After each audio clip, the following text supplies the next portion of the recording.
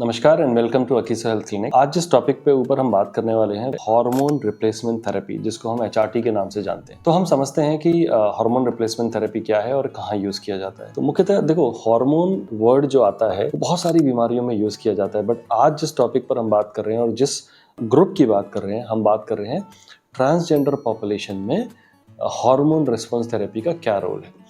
तो gender dysphoria नाम का एक वर्ड होता है, अब उसे हम जेंडर इनकॉन्ग्रुएंस बोलते हैं। मतलब कि जो बचपन से जो सेक्स या जेंडर असाइन किया गया है, किसी भी कारणवश वो इंसान उस जेंडर से अपने आप को रिलेट नहीं करता और वो किसी और दूसरे जेंडर की तरफ अपने आप को पाया जाता है या देखता है, रुझाव उस तरफ है।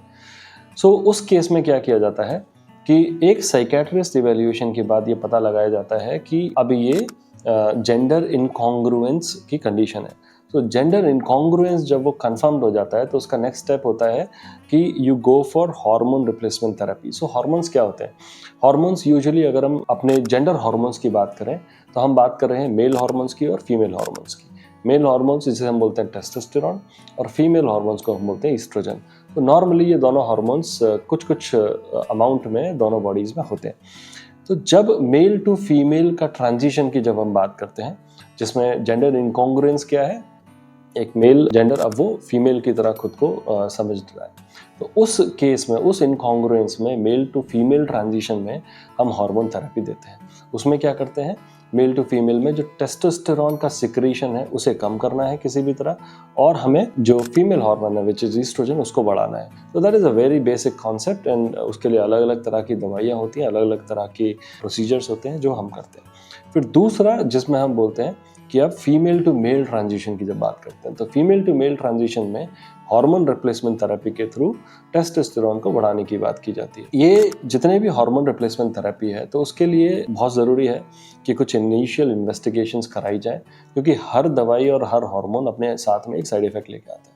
तो उसके लिए एक बेसिक इनिशियल इन्वेस्टिगेशंस होती हैं, एक प्रोफाइलिंग की जाती है, समझा जाता है कि क्या कौन सा हार्मोन आपके लिए सही है और आपकी हेल्थ को वो साइड इफ़ेक्ट नहीं देगा और साथ में कुछ ऐसा इफ़ेक्ट नहीं देगा जो फर्दर लॉन्ग टर्म कॉम्प्लिकेशन में बदल जाए।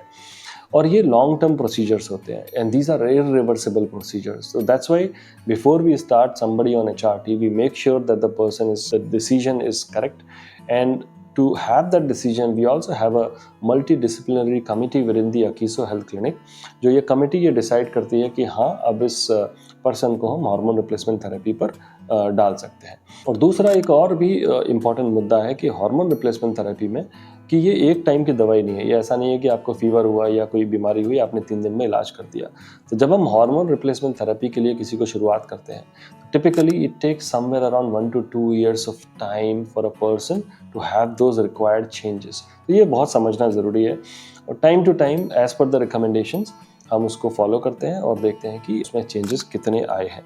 और दूसरा जो एक बड़े ही इम्पॉर्टेंट मुद्दा है वो ये है कि जो भी हम हार्मोन रिप्लेसमेंट थेरेपी की बात कर रहे हैं, those are all within the standards of care. And वो स्टैंडर्ड ऑफ केयर कहाँ से आती है? There is something called WPATH. WPATH is an international body and those recommendations are coming from WPATH. So we follow the strict standard of care. We have a committee which is taking the decision. So we are making sure that we go for the medically and legally approved things.